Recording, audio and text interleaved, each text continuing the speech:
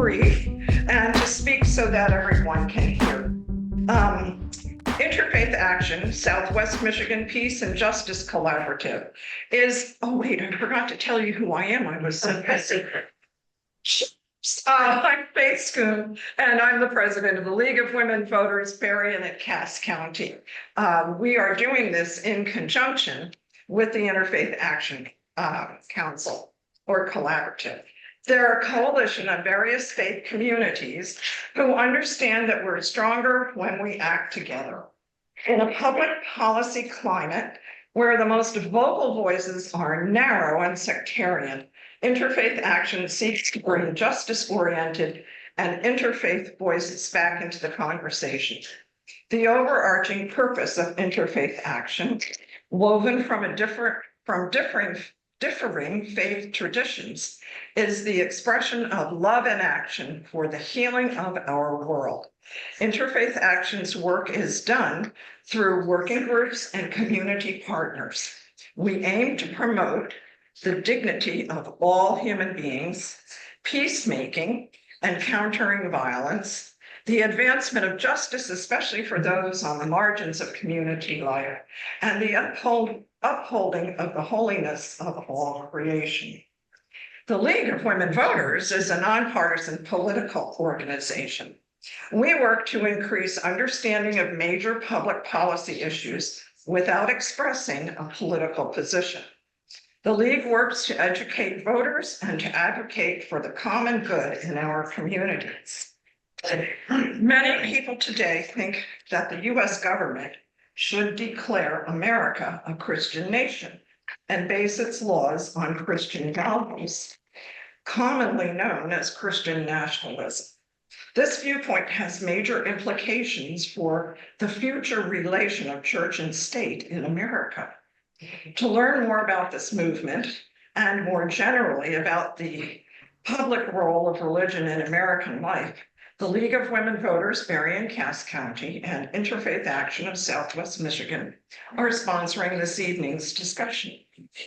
The forum will open with observation by two students of the issue, Dr. Clark Gilpin, former dean and historian of Christianity at the University of Chicago Divinity School, and Reverend Jeffrey Hubers, senior pastor of the First Congregational Church in St. Joseph. The forum will then open to questions and comments from the participants. Please welcome Dr. Gilpin and Reverend.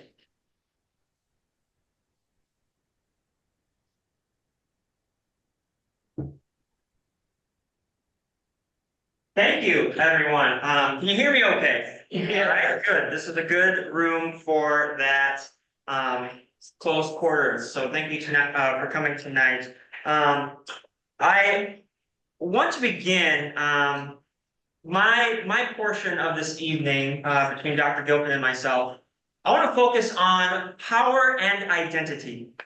That is what I'm talking about in regards to Christian nationalism. Now, Faith gave us a very brief definition, but that is part of the issue when we talk about something like Christian nationalism, like even Christianity in general.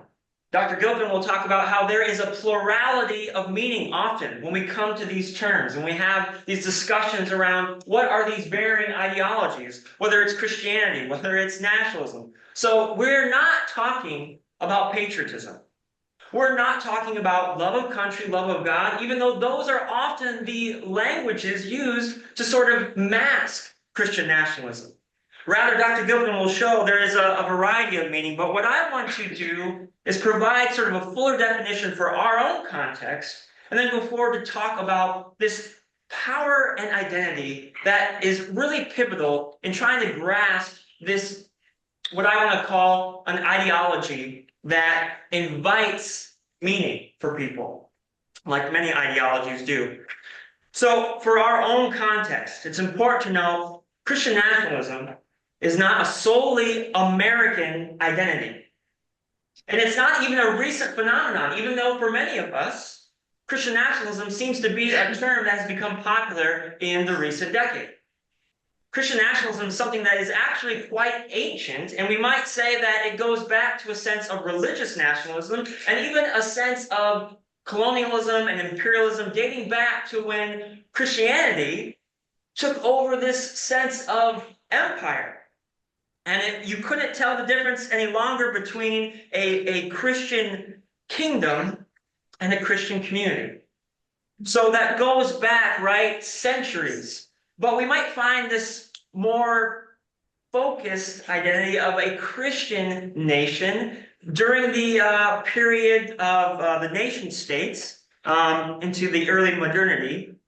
But we especially get the form that we want to talk about tonight for our context, what's going on in America, coming out of this Eurocentrism. We can even date it back to the time of the colonies. But I would say a more recent example in modernity is what we see in the rise of Arianism, what we see in the Nazi Party. Germany, those were Christians, or they identified as such. Church and state were one. The Reich was supposed to be 1,000-year reign of Christ. That's really important because that informs what is continuing to happen today. So let me give this identity. I want to talk about what is it in our own context. So this is one definition. This comes from Anthea Butler. And after the January 6th insurrection, there was a Baptist Joint Committee that wrote a series of papers on the events of that day. But this is what they said, and I quote, "Christian nationalism is a political ideology and a cultural framework that seeks to merge American and Christian identities. Christian nationalism demands a privileged place for Christianity in public life, buttressed by the active support of government at all levels. Christian nationalism is not Christianity, though it is not accurate to say that Christian nationalism has nothing to do with Christianity. Christian nationalism relies on Christian imagery and language," end quote. Christian nationalism, what I want to focus on tonight, is an ideology about power. It is a framework for trying to decide whose power and who gets to have that power. Who gets to wield it? That's the questions. Those are the questions that this ideology wants to answer. So a big piece of this is interpretation. How do we interpret history? How do we interpret scripture? Christian nationalism uses what many religions actually hold dear, which is a sense of exceptionalism. Many faiths practice this, and in a lot of ways, it's part of the terrain. We go to our sacred text to find that there is this identity we are given by the divine, that we are loved, that we have meaning, we have belonging. And there's nothing wrong with that at face value. That is important. Religions provide identity and meaning. But the issue here is that Christian nationalism marries that with power. And the degree by which it makes the superiority of its group, namely Christians of a certain color, Christians of a certain gender, Christians of a certain political leaning, they must be superior through an actual endangerment of the public square. There is a sense of threat in how the public square is engaged. So if Christianity, especially in the US, is about power and control, what happens when they face loss? What happens when suddenly that power that was wielded at cultural levels, at societal levels, suddenly seems gone, suddenly seems stripped? That's fear of loss is what drives the system. A fear of loss drives nationalism. We get so much rhetoric of it was better back then. It was better in those days. But the follow-up question is always better for who and why? You see, fear of loss promotes an ethic of triumphalism, which again is inherent in many religions. But it comes from a sense of interpreting the scriptures, interpreting history, that God is willing the success of a certain group or groups. And so Christian nationalism takes that story, takes that identity, that there is a superior group, a group that's supposed to be in power, that is supposed to be over and against others, And it's also fueled by a fear-based reaction to loss, a loss of cultural and political significance. Oftentimes what we find here are the intersectional components, a loss surrounding issues of gender, around sex, around conservative political values. So the white conservative Christian is the model, that's the means. And if that group no longer has superiority, no longer has majority, then the threat must become, we have to take it back. We have to reclaim it. We have to build a bigger wall. We have to put up a higher fence. But here's the harm in that, as a pastor, as a Christian. From my viewpoint, Christian nationalism is idolatry. Because what is happening is there is an image, whether that is of the nation, whether that is of the religion, and that is the God. Not what we are pointing to in our faith, but rather it is the ideal, the nation, the persona. Mark Charles and Soon Chan Ra, they wrote a book called The Doctrine of Discovery. And it goes back to something that happened at the onset of sort of not the discovery, because in order to discover something, that means it can't be inhabited, right? Something that's happened, that's called stealing. But they said this, in the way that American documents were started to be framed and utilized. They said this, and I quote, "If the full expression of God's image is found in the rational common sense mind of the European, then the white European American is elevated above other bodies and minds. Belief in exceptionalism is fundamentally related to how people view themselves in relationship to God. The sin of setting up one's own image as the ultimate ideal results in an exaggerated self-perception. And that assumption of superiority allows the white American Christian to take a position of final authority over who has greater access to the benefits of American society." Now, that's the theological harm. Again, this isn't, oh, but hey, look at the white guy talking. Right? White Christian guy that grew up in those same conservative values. We don't say, woe is me, because here's the truth, I think, from a political standpoint, what is a democracy? A democracy thrives by its ability to protect all its citizens. Especially, a democracy has diverse expressions of race and religion and culture. America, whatever we think about its founding, and again, Dr. Gilpin will highlight that there's a plurality of meaning. We can look at history, the actual history, and find that even though there were Christians in the founders, there were deists, there were people who wanted nothing to do with where they came from in Europe because of the violence, the nationalism that they encountered there. Even so, whatever we think was happening then, there was still this framing of a constitution, of a protection, that there was a shared space, a shared identity known as the public sphere. Christian nationalism poses a threat to that because it is offering an unequal proportion of society. Because for white Christian communities, the idea is that they would maintain a greater resource of protection, of privilege. And it's oftentimes, as it was in segregation, as it was in Jim Crow, as it has been for many years, it comes at the expense of those that were segregated from. So let me just say this. The impact, what we're concerned about, this notion of power and identity, even though Christian nationalism has repercussions for Christianity, it plagues all religious expression, even those that are non-theistic, because it represents a violent hegemony.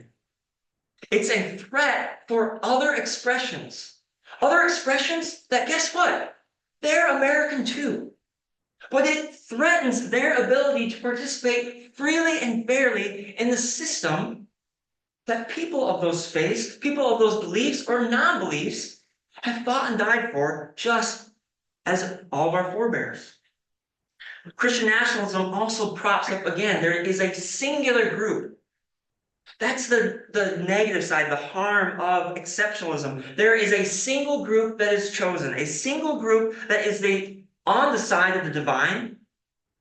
And then that idea that exceptionalism becomes weaponized. And religious liberty, which has always been a shield that guards people in their practice of faith, in their ability to worship, it no longer is a shield, but it is a sword. And that's why it's so dangerous. That's not how it's written. That's not how it was even intended if you read some of those documents. So let me close before I turn over to Dr. Gilpin. Again, as a pastor, I have to go to text. I have to go to tradition. And what I find, despite a history in which Christianity has so often worshiped power, so often used that power to try and do good, but oftentimes it's a double-edged sword and cuts self as often as it cuts others. Jesus said this in Mark 10:35-45. James and John, disciples, sons of Zebedee, they come forward and they say to Jesus, "Teacher, we want you to do for us whatever we ask of you." Jesus says, "What is it you want me to do?" And they say, "Appoint for us one to sit on your left and one for your right." Jesus says, "You don't know what you are asking. Can you drink the cup I drink? Can you be baptized with the baptism I am baptized with?" And they say, "Yes." Like we all would. "Yes, we can." But Jesus says, "The cup I drink, you will drink. The baptism I'm baptized, you will be baptized with. But to sit at my right hand and my left, that is not for you to know." The 10 heard this. Right, the other disciples, and they're angry with James and John. And so Jesus calls to them and he says, the Gentiles, they lord it over them. They lord over those they recognize as leaders, and their great ones are tyrants over them. But it is not so among you. Whoever wishes to be great must become your servant. And whoever wishes to be first among you must be slave of all. For the Son of Man came not to be served, but to serve and to give his life as a ransom for many. That lens, a lens of self-giving, a lens of service, that becomes what the church proclaims in one of its earliest hymns, Philippians 2, known as the Christ hymn to some. It was a song perhaps sung by the early church, and it says this: "Let each of you look not to your own interests, but to the interests of others. Let the same mind be in you that was in Christ Jesus, who, though he existed in the form of God, did not regard equality with God as something to be grasped, something to be exploited." That word actually is very violent in the Greek. I won't say it here. But Jesus did not do that. He emptied himself, taking the form of a slave, assuming human likeness. And being found in appearance as a human, he humbled himself and became obedient to the point of death, even death on a cross. So this is why I close it. Cross and resurrection. Those are the symbols of Christianity.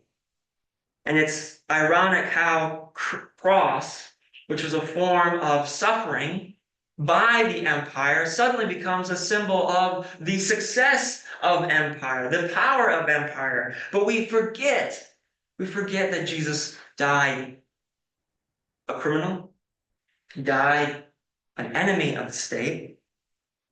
But that's not the whole story.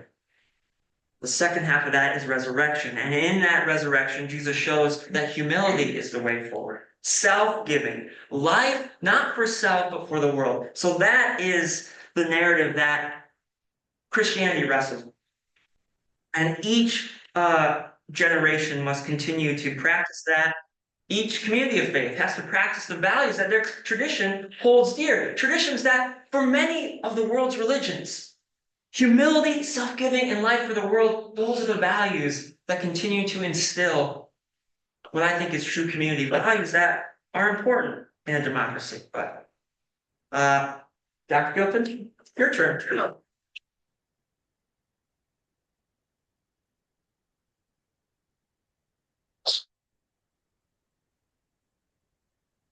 Clark Gilpin. Title for what I want to comment on is "A Diverse Nation Confronts Christian Nationalism." 55 years ago, Richard Nixon's presidential advisor, Patrick Buchanan, wrote the following: We are in a contest over the soul of our country now. And the decision, Buchanan continues, the decision will not be some middle compromise. It will be their kind of society or ours.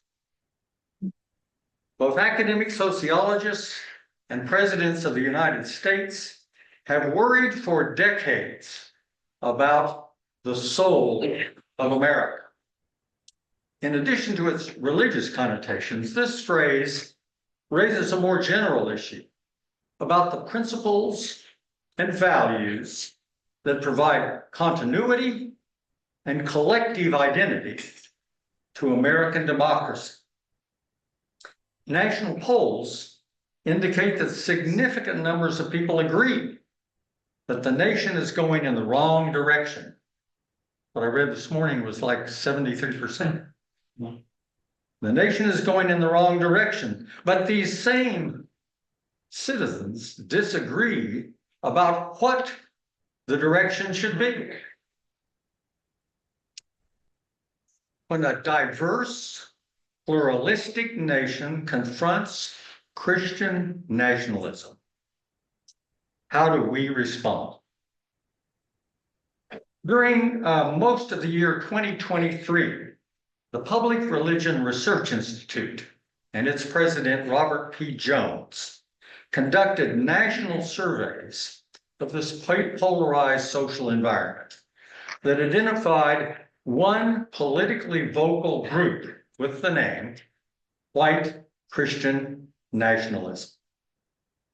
The Public Religion Institute asked a broad interracial spectrum of Americans to respond to 5 statements.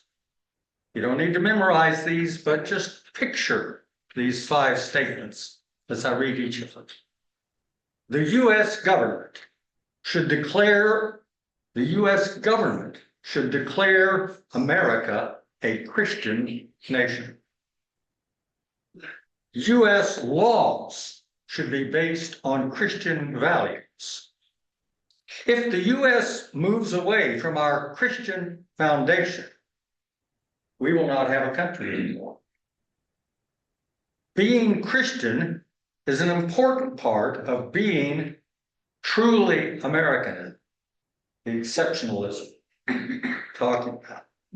God has called Christians to exercise dominion over all areas of American society. Based on approximately 22,000 survey responses to these 5 statements, the Public Religion Research Institute identified 4 categories of respondents. Again, just picture these 4 responding categories. Category 1, Christian nationalism adherents, 10% of the nation. Christian nationalism sympathizers, 20% of Americans. Christian nationalism skeptics, 37% of Americans. And Christian nationalism rejectors, 30% of Americans. North Dakota and Mississippi had the highest percentage of Christian nationalist adherents and sympathizers at 50%. Michigan ranked somewhat below the national average, with 26% of its residents, Michigan residents, identifying as adherents or sympathizers. Note especially the diversity of these responses. Phrases such as Christian values and Christian foundations are left undefined in the Public Religion Institute survey. American Christians, as we've heard, sharply disagree over the substance, content of these phrases. Consequently, survey responders are present in all 4 groups of self-identified Christians. You find Christian nationalism adherents, Christian nationalism sympathizers, Christian nationalism skeptics, and Christian nationalism rejectors. Diversity. Interfaith Action of Southwest Michigan contributes to this discussion by organizing its work in accord with 3 faith-based and democracy-supporting principles: our common life, our common home, and our common good. Democratic justice for all, in the classic phrase. As we prepare for a critical election this year and for hard work healing the divides of our country, further dialogue and advancement on these themes and our interfaith public theology are essential to pursue the enhancement of our common good. I want to make 3 brief comments on the necessity of interactive interfaith dialogue. Rather than overemphasizing individualism, I think we live meaningful lives by recognizing that our individuality, our personal self, arise from our intrinsic commitment to mutual responsibility.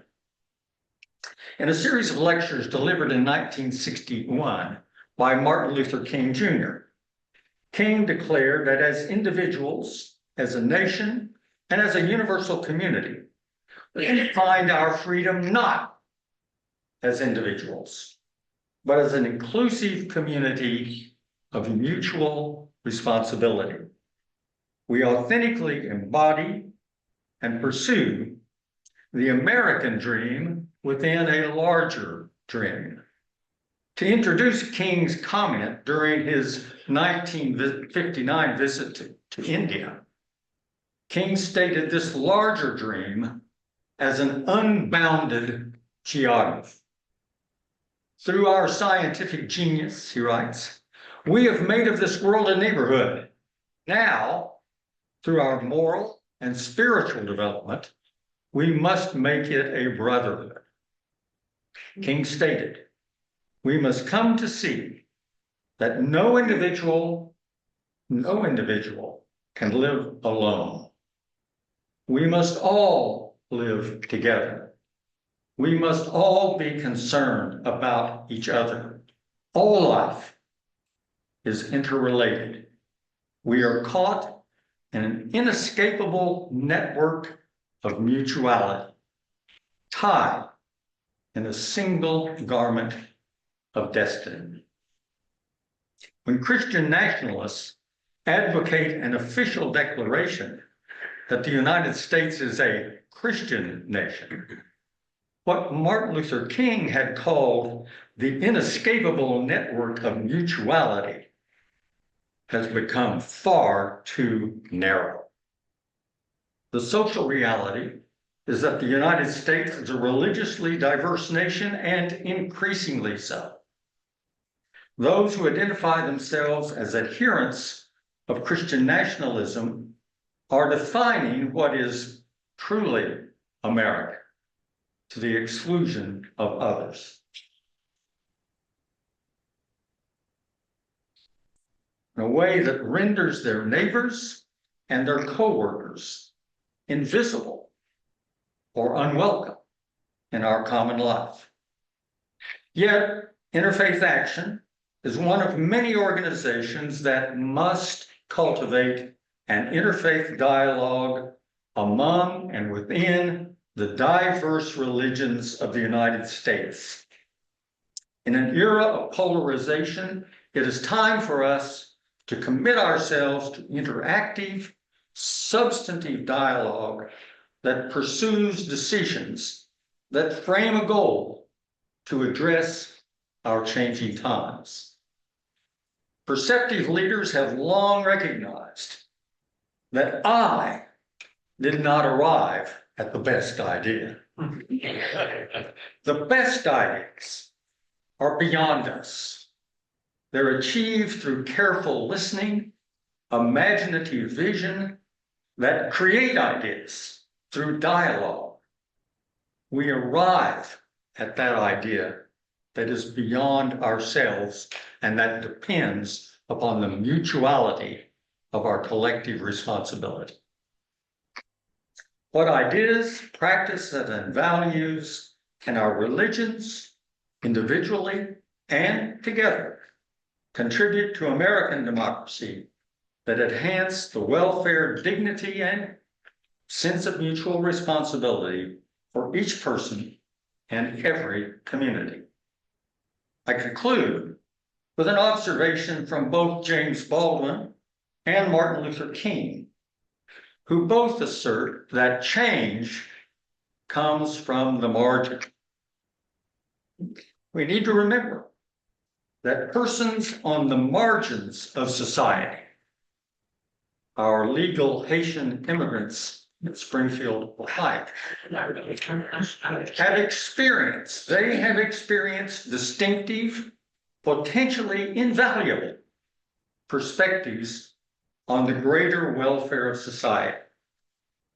In an uncharacteristically outlandish statement, Martin Luther King, he doesn't usually talk this way, has this to say about one word: maladjusted.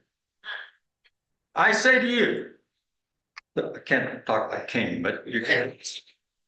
I say to you, there are certain things within our social order to which I am proud to be maladjusted.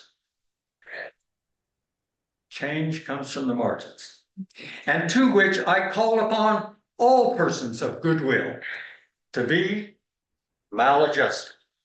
It may well be that the salvation of our world lies in the hands of the maladjusted.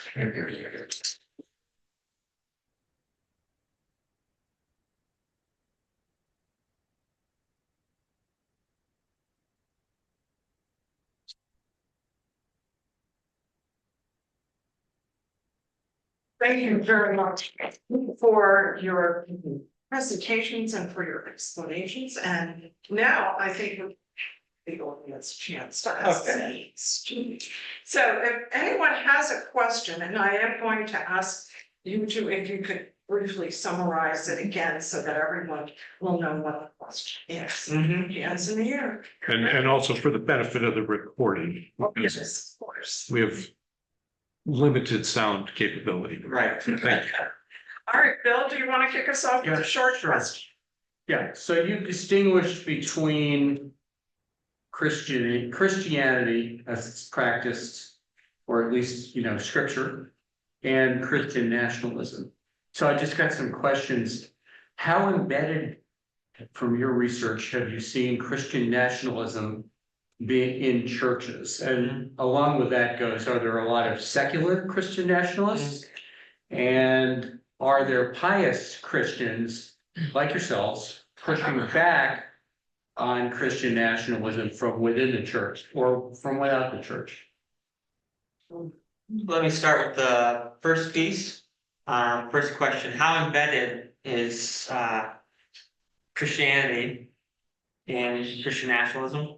Or we trying to reorient, or in churches, Christian nationalism in churches? Is that the first part? Preach it. Yeah, I mean, do pastors preach? Here's the thing. Power part of it. Just like Clark mentioned before, there's spectrum.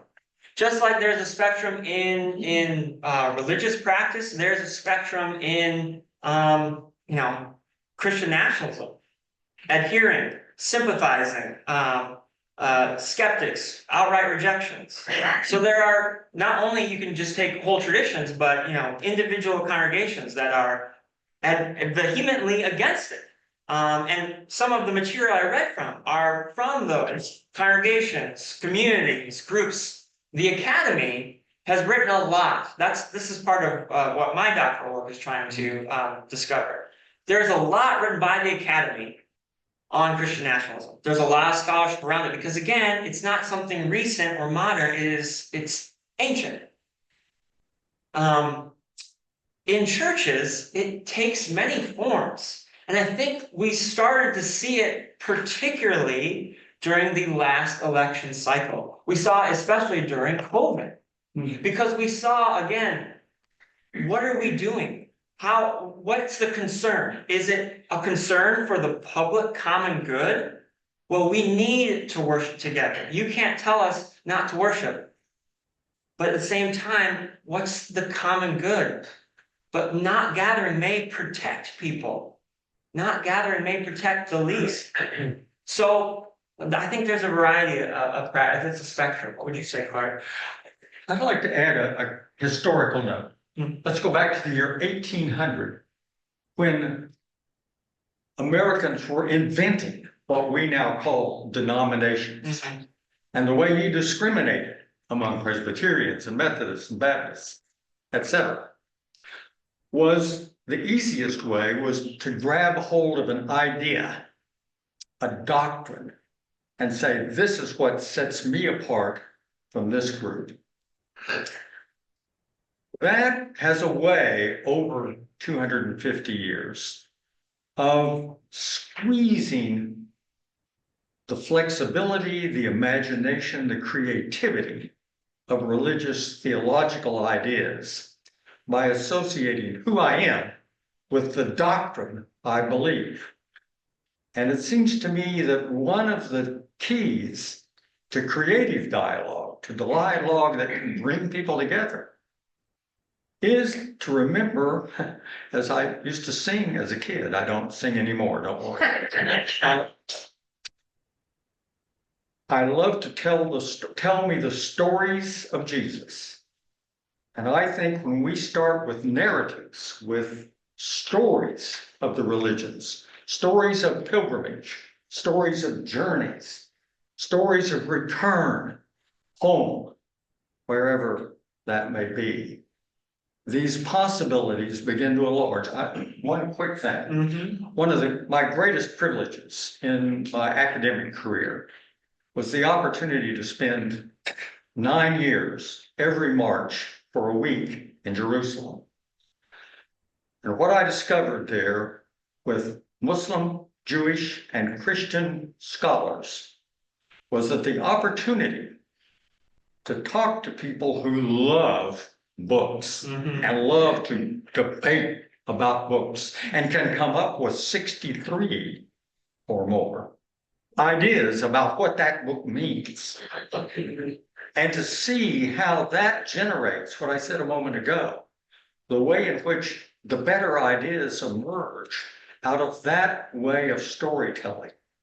So if I had to say something concrete about dialogue, I think it would be that we need, in this era of declining significance of denominationalism in general, that we have an opportunity to sit down, as Jeffrey did, with stories, with texts, and say, how can you imagine this unfolding as a way of people who thought they couldn't agree about doctrine suddenly have ideas about what could happen with a story?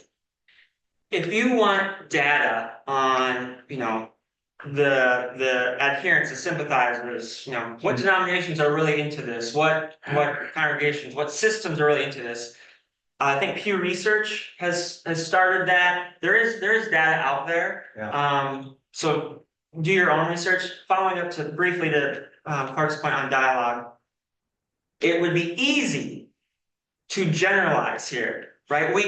In some ways, generalization helps us as preachers. That's how we're easier to get through the world. That is maybe our biological weakness that, in a way, Christian nationalism relies on, because they can say there is black and there is white and there is nothing between. There is our way and there is everything else which is wrong. The strength of what we're doing in conversation, in dialogue, is saying we don't have to have these strict walls between us of definition. Intersectionality, which I hear from my good friend, Mary Jo Chanel, that is gospel in some ways, because it reminds us persons are more than one thing. And that is, in a way, is our greatest strength, especially when we consider what is an American identity. American identity is more than one thing. just as a faith identity. So, but there is data, peer research, religion and public life. And maybe we can put together a resource list after. That would be wonderful, and the presentation. post it on the websites. Sir, you had a question. Yes. In the past, I've always saw the debate between white nationalism, Christian nationalism, as the opposite of inclusive and exclusive. Mhm. But I love your concluding remarks about the marginal. They're the ones that have the power of change, and it's not inside the centralist ideas. Mhm. So it's a brand new thought to me. I appreciate that. I have one off the internet or off of Zoom. Can we take that? Yes, Okay. from in the chat. From in the chat. Yeah, this is from Larry Feldman, who I think many of you know. There was, Larry said, what specific steps can be taken to undermine Christian nationalism and promote interfaith collaboration? You touched on that some, but I think if you might just elaborate a little bit further. Obviously, again, keep talking to each other, keep listening, having community, which is true community, which means, again, there is a seat at the table for everyone. Of course, people like Malcolm X and James Baldwin talk about if that person at the table doesn't say I'm a human being, it's hard to have them at the table. Yeah. But still, I think, again, the first steps are always dialogue. Dialogue defeats elitism. Dialogue defeats absolutism. Our greatest resource is not trying to speak in absolutes, leaning into an embrace of the gray, we might say. the gentleman in the plaid shirt.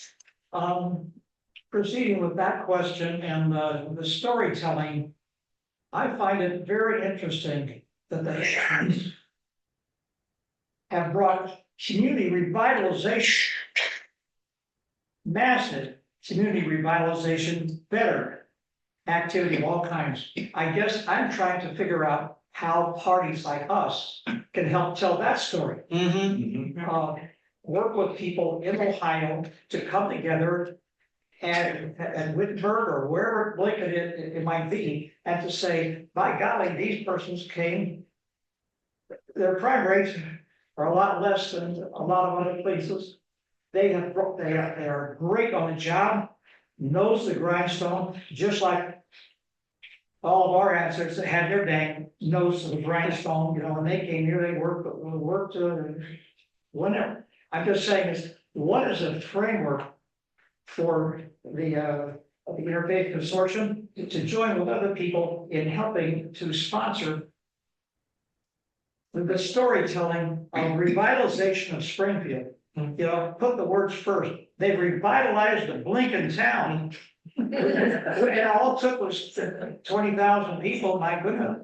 Yeah. Any other town that really is dying, and that was a dying town, that might have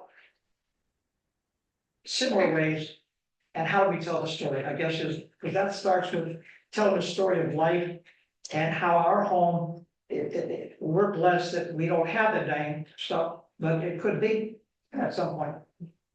It took 60 years to put those denominations into working order. It was after the Civil War that they became what they are, and they continue to evolve. So the first thing I would say, concretely, is that this set of communities we're in, Benton Harbor, St. Joseph, Niles, Buchanan, the scale here permits an opportunity for experimentation that we might even say is unique, but we've got to stick to it. It takes time to cultivate trust. It takes time to develop the sense that the person who's a little reluctant to dive in with a view that sounds out on the edge, on the margin, to do so, and then to ask, and what are the active consequences of doing it? So, religious leaders, lay people, congregations of all stripes, different locations. We need to come together and we need to commit to the time that tells the story. Yes, that's your grace. So, I, thank you both for speakers, thank you. I have a question a lot about, religious nationalism, because there are a lot of Muslim nationalist countries, like there's Jewish nationalists. Do you see that increasing worldwide? Like, is this a trend that outside, that is, America's just doing what other countries are doing? And are they motivated by the same things in those other countries? Religious Can you just nationalism. repeat that again? Thank you. Religious nationalism, is it something, again, unique to America? It seems to be growing. Other faiths have similar issues. Other countries do have nationalist tendencies based around religious practice. Yeah, this is not recent. This is something, again, that's part of history. There's always been a marriage between sort of a religious aristocracy and control. Because again, within religious traditions, there are ideas about exceptionalism. There's an idea about who is in, who is out. And once that's partnered with power, and specifically, I think, it starts to form authoritarian rule. It starts to form regimes. And who doesn't want to say that their rule is ordained by God? That what they're doing is, is approved by the gods. That's history. From Europe throughout the world, dictators have always said that this is not only legal, but it's holy. And so that's not unique to America. Is it on the rise? I think there is data that authoritarian rule has seen an increase of violence, but at the same time, since I would say the period of decolonization that was really instrumental, those same voices, we have to return, I think, to indigenous expression, to allow people of the land, people, again, voices of the margins, that language has to become, in a sense, part of the main dialogue.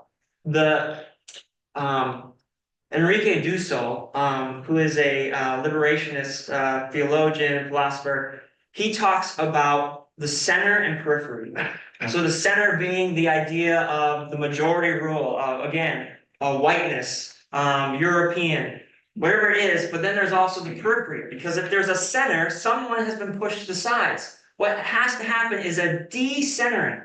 We have to de-center these ideas of a singular party, a singular regime, a singular religion running things. And that's part of the transformation from the periphery. Do you have anything to add? Oh, I do, but there, I heard Something.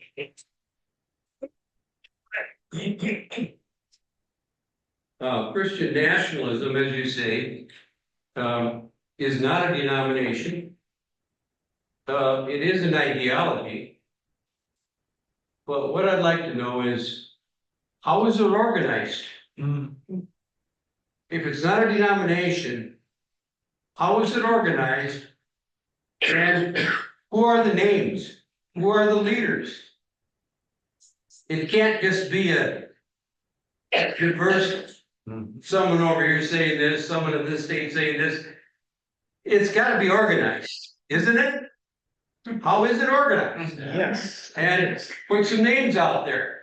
And I don't mean Trump. He's not a Christian. So he might be manipulated by Christian nationalists. But he isn't a Christian. So I'm not asking his name. Who are these people? Are they the Falwells, the people from Bob Jones University? Demographically, can you be precise demographically? Are they mainly southern states? States that were part of the Confederacy? Is it just as powerful among Yankees?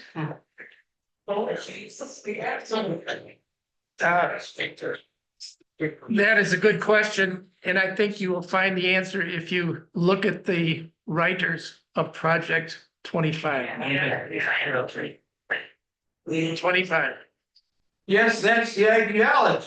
No, well, you want to know who they are. Yeah, well, I know Vance wrote the prologue for it, introduction, but There's a I long, think then you have long list. there's some institution, some foundation behind that, More than one. isn't it? The Brookings or the Heritage Foundation behind that, but it's that's the answer or. That's fine. That's fine. Okay. Okay, I'd like to add a different thing, because I think that, there's a funny thing that worries me tremendously about American society today. And that we can become very engaged in one-way streets. I can watch television, I can be mesmerized by the Chicago Bears. But I can also turn it off, walk away, and bear no responsibility to it. And it strikes me that part of this organizing is analogous to the difficulties of something like Christian nationalism today. You can be engaged, you can contribute money, you can write a complaint, you can write to your minister, but you can also, in an American society where more and more people don't attend church every Sunday, walk away. So who is a participant in the sense that we historically have thought about participation is a very tricky question. And I think you start with who are these leaders with money, who can mobilize emotion, can mobilize letter writing, but who in another way have a very tenuous and very isolated connection to Christian nationalism. This is not the full scope of what is Christianity, what is Islam. It's a fragment, and you can walk away from it. okay, I have a question in the back and then I have to go to this section and then over here. So, yes, lady with the sunglasses. Well, I don't really have a question, but to respond to this gentleman's question, one of my book clubs read recently a book called, Diane, correct me if I don't have it right, called The Power Worshippers. And it's a history of Christian nationalism, not just in our country, but all over the world. And so if you're looking for the people who have been responsible, for success, so I'm just throwing that out there. I thought it was really important. Another really good history is Kristen Kobe's Dumas, Jesus and John Wayne. It's easy to read and is a succinct history of America. And if you want to know the names, she's got them. They're all in the book. And who's going to forget that title? Yeah. It's a great title. Hi. Great. It is. Sorry, kind of want to be a devil's advocate here for just a minute. Please. Because while I can't really disagree with you about that there are lots of people who are hungry for power and they're using Christian nationalism and other authoritarian types of ideas to gain power, I also know a lot of people who would consider themselves Christian nationalists in their views. They'd answer yes to all those questions in the survey, even if they wouldn't use that title. And they hold those views because they feel it's a moral obligation. As Christians, it's the right thing for them to do, to put Christian ideas, Christian values into all these different parts of government because it's what God wants them to do. So I'm very interested in the dialogue because mostly I don't know what to say to them, but I know that shaking my finger at them and telling them you're just a bunch of power hungry autocrats. So how do you, Jeffrey, respond to that or address that from the pulpit? Well, first of all, is I don't talk like this from the pulpit. Because again, I respect the diversity of that space, the diversity of who is sitting there. And again, this spectrum of belief, people that they love Jesus, they love their country. And when someone tells me, just like you said, these things are true, this is what God wants us to do, my response is, I say, who told you that? No, really. Who told you that? Where were you taught that? Can you show me in the Bible? That was one of the best places I ever got in my religious instruction. If you have something you say, well, this is biblical. Okay, then show me. And then let's talk about it. Okay, yeah, you can point to that there is some sort of theocracy in the Old Testament, but there's a very clear passage, at least clear to me, when Jesus is risen and he's about to ascend and the disciples come to him, is now the time to restore the kingdom to Israel? And he doesn't answer. So is that an answer? Maybe. But the important part is that we all have, none of us are just vacuums. We were shaped in some ways. People that, again, they loved us.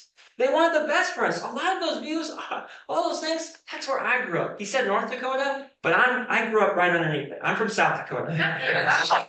So again, these things, these ways of believing, that was all I was taught for a long period of my life. But then I had exposure, then I had dialogue. Then people challenged me saying, who taught you this? Where is it written? And again, part of the beauty, I think, between dialogue, especially between people of the book, Jews, Islam, and Christian, we love our book. And so we want to talk about our book. And each tradition sees varying levels of interpretation. And so the fact that we can't agree, even you come to Christians saying, what does this text mean? They will not agree. So that in itself is important, is, I think, starting that dialogue of, well, where does this teaching come from? Why is it so important? And again, maybe there is such pushback. This is the pastoral part. There's such pushback, there's such pain, but there maybe is no dialogue. But I think, again, that there's room too to say, okay, well, then we'll go our separate ways. Peter and Paul did not agree, and they still found themselves doing the work. Paul got rid of Mark for a while. That's like him, but at the end of Paul's life, Mark was there. Same with Isaac and Ishmael. They were together at their father's grave. Somehow, when we face our own mortality, I think there's room there for dialogue. So I want to. Okay, there was one other question in this corner, and then we can go over to the other. Yes. Excuse me, yeah. Thank you so much for organizing this and for both speaking. I have a question. I'm also doing a doctorate in Christian nationalism, and I'm wondering. My research question is phrased a little bit as how does theology motivate social and political action?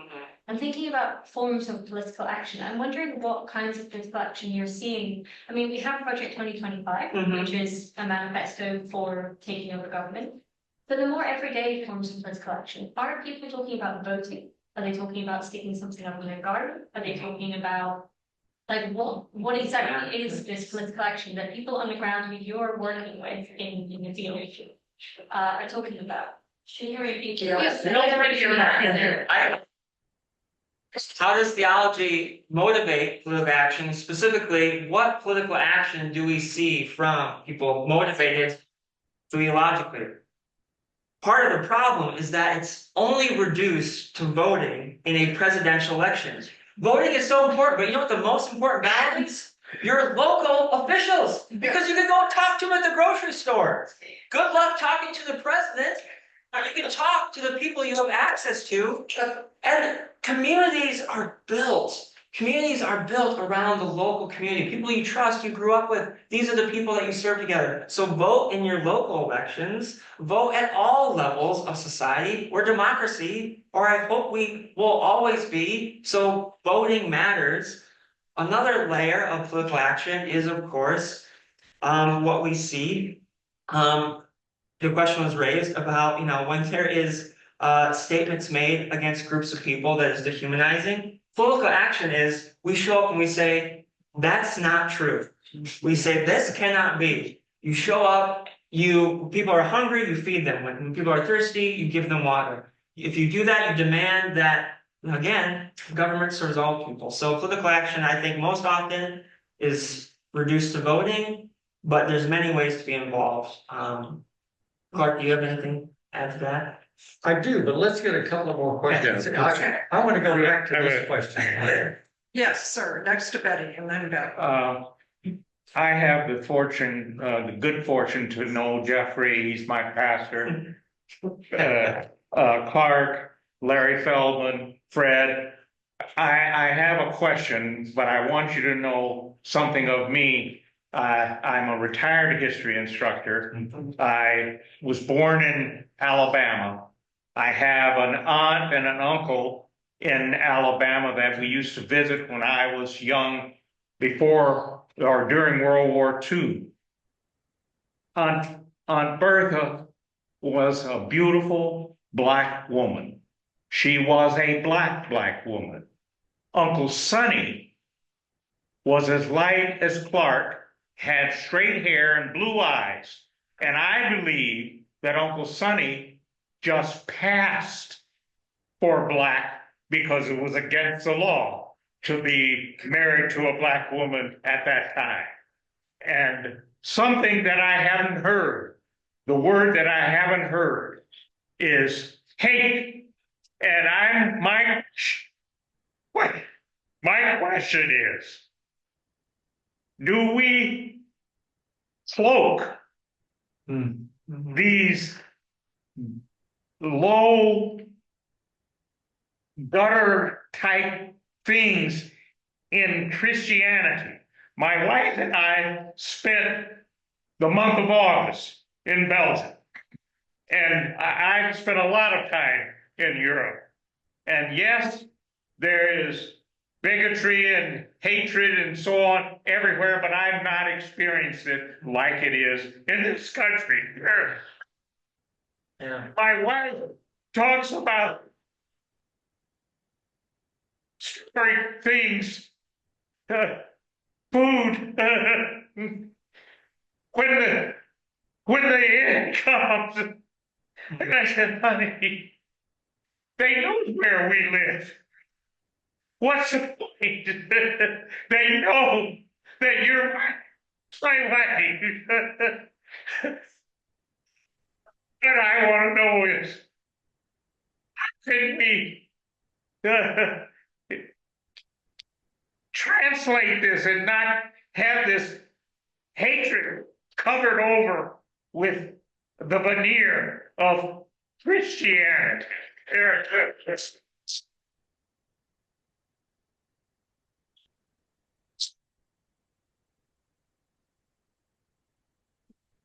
Now, first of all, you come to my house and they have to go through this first. I know that sense. I promise you that. Part of it is that, again, I think you being the historian, Clark historian as well, so many people in this room are trained in it. It's always very cloaked. There's something about when we let the worser angels tell us that exceptional means better, that uniqueness means singular control, power. To remove that, dialogue is key, common ground is key. The thing that I love about Jesus is he doesn't have to be unique to be profound. If we could start saying that about each other, if we could say that about our traditions, about our differences, we wouldn't have to cloak it in religion to just act on that bigotry, right? It's religion becomes a shield for a cloaking measure for that hate, because it's easy, it's digestible. Part of what I was talking about earlier is we have religious freedom. But it's become a weapon because suddenly someone can go out and they can abuse the LGBTQ community. But, oh, I'm just practicing my religion. But it's not. Free speech is not hate speech. Yeah. Holy words are not hateful words. But we debate around that. And so I don't have an easy answer for you. But this is part of it. This is part of the solution. We have to keep talking. Because when we do, this comes, I think, from King, but it's hard to hate someone who I'm sitting across from. It's easier to hate when it's behind a wall, when it's behind something, a veil of difference. Thank you. It's, Oh, I'm sorry. oh, I just was gonna say, as always, thank you, Roland. I wonder too, if part of what drives this is that what manifests itself as hate at another level, and maybe even a deeper level, is fear. I'm gonna be displaced. Yeah. And I'm frightened by that. And part of our strategy for, I continue to hope, is in front of us, is that we can reduce that fear. And the person who hates out of a secret sense of no dignity can be relieved and aided and brought to the place where, as you so eloquently said, we must become. Can I just Thank you. add something really for me, and it's not a question, it's just to say that it is hate based on fear. But the folks that are marginalized, like people of color, like the LGBTQ community, we need other people who are not marginalized to do this work. Yeah. Not that we're in the trenches, we are every day of our life because we are who we are. But the real shift is gonna be when everybody stands up to it every moment they are confronted by it. And it doesn't have to be this. It doesn't have to be this. We continue to meet people where they're at. And I had a biology teacher who believed you can't change gender and blah, blah, blah. It was one of the most contentious people in the world that I've ever spoken with. And I waited. And I stayed at the table and I listened. And I waited for the part where he cared about something. And holy mother of God, this guy did a 180-degree turnaround. And wrote me a letter, and I mean, just phenomenal. So again, there's possibilities, but I also know that sometimes the marginalized, we're not able to take it on every time. Thank you very much, Betty. My concern is with all of this, that I have really a deep understanding of the First Nations people that were on this land long before Christians ever arrived. And I have not forgotten what the Christians did to the First Nations people as they tried to erase their culture and their importance and took their language away, etc. And I am real concerned with this discussion of Christian nationalism and the power connected to it as to what is going to transpire. Is this going to be another what we did to the Native American people across this land? And and to people who have other religious beliefs. You know, this is a diverse country. We're not all Christians in this country. And I really resent Christians thinking that they may be better than every other religion and their beliefs. And so that's a big fear for me, is if we let this develop, is the same thing going to be happening that we did to the indigenous people of this country long ago? And I fear for that. Thanks, Betty. Zena. Thank you both. As I've learned that silence is complicity, and I've got to talk to my relatives and my neighbors from every stripe, sometimes I encounter what I would, I guess, describe as some cognitive dissonance, where they're presented with fact and they sort of shut down. And I'm wondering if you guys have encountered that and if you have any strategies. I think the idea of story can help, but I wondered if you had any comments about how to address that when you're trying to talk to someone.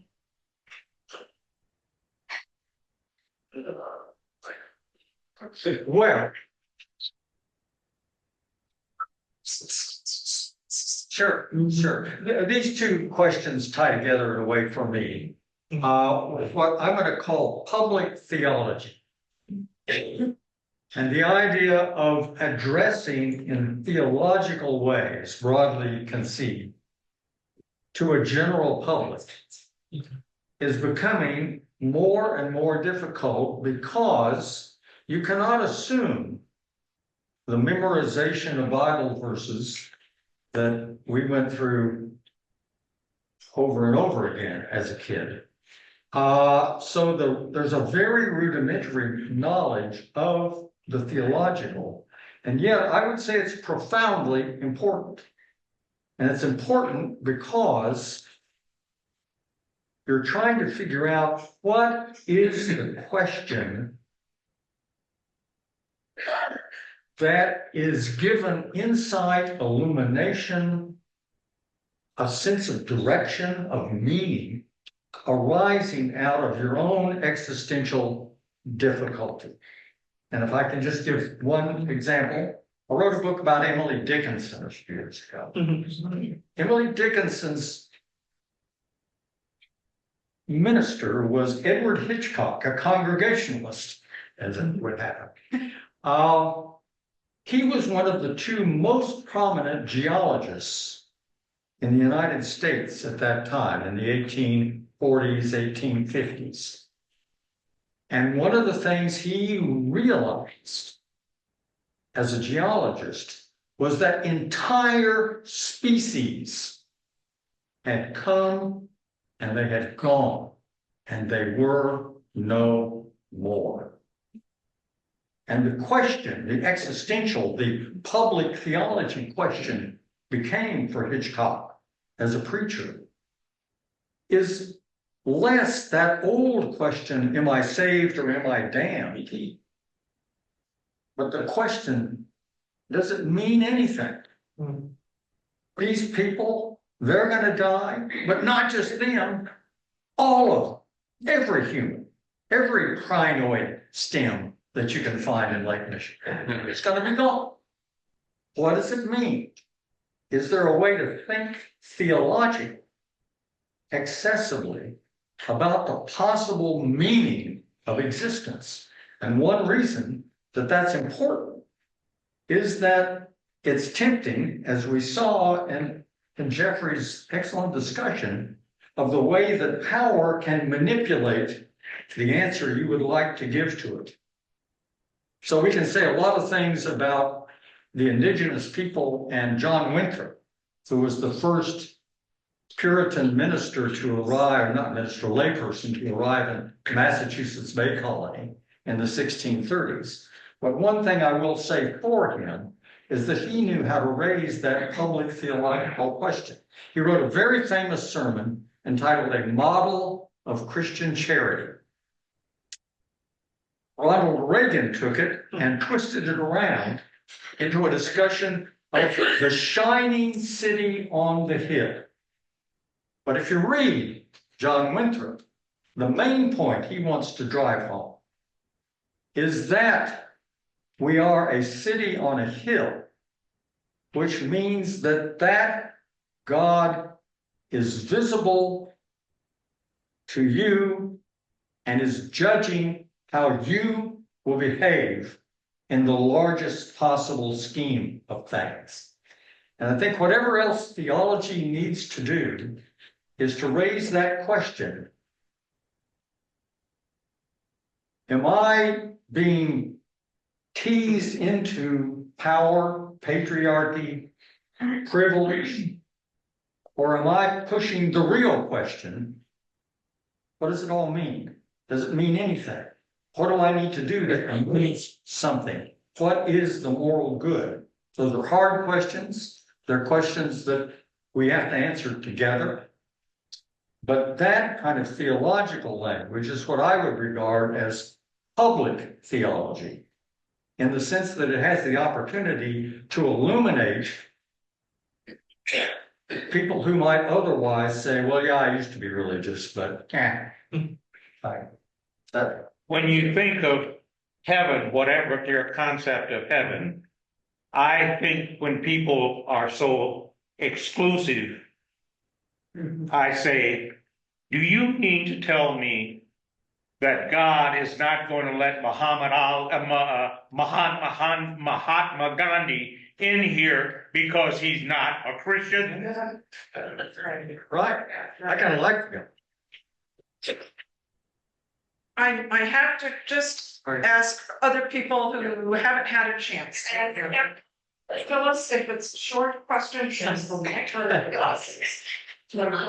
Here. Right, maybe I'll make a mistake. One of my questions was, but there's things about this means how long we have. How do we set up the doctrine without making it a doctrine ourselves? Yes. And this is the League of Women Voters. I'm going to mention our concept, what we do. The League study.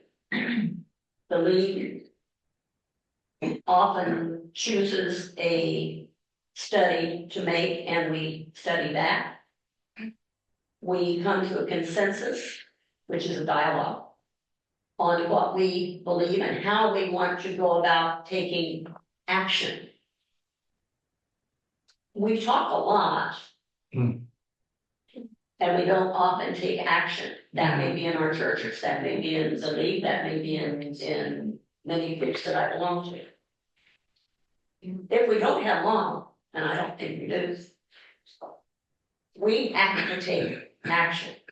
Those of us in this room, I think, are probably all on the same level. We're probably all on the same idea that we'd like to take action.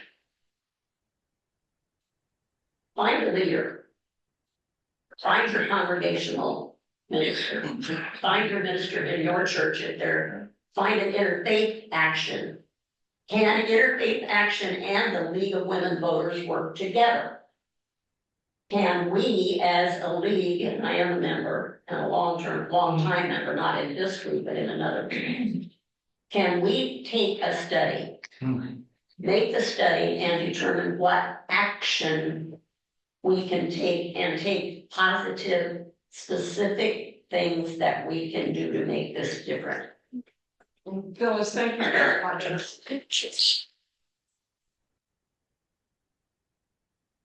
Short answer for the League of Women Voters, that the League is looking at various topics, and they are working in our advocacy capacity to form that consensus and decide on how to work to push legislation forward and to support things that are good for the community. And we'll try and write a little more about that maybe in the newsletter.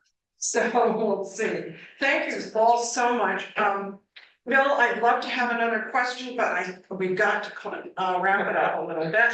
And first of all, I think we gave a quiet thank you to Dr. Gilpin and Reverend Hubers. Maybe we could give a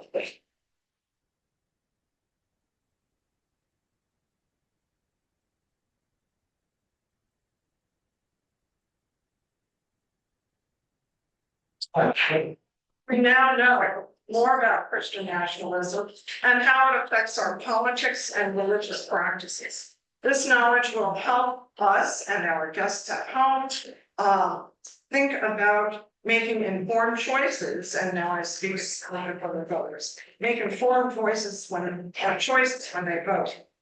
I have to say this. The League of Women Voters does not support or oppose any political party or candidate for elected office or any group that supports candidates. Even though we're called the League of Women Voters, it's not just happy to have anyone who wants to join. If you're not currently there, you can pick up a brochure on your way out, and that will give you places to go to for information about the league. And What? Interfaith has something. Okay, Interfaith Action, this is a short commercial, but we've talked a lot about crossing denominational lines and belief lines. Please, please, please consider coming to the celebration of the harvest and the harvesters at Tabor Hill Vineyards on October 6th at 3 p.m. All are welcome. We have a broad diversity of presenters, imams, priests, other denominations.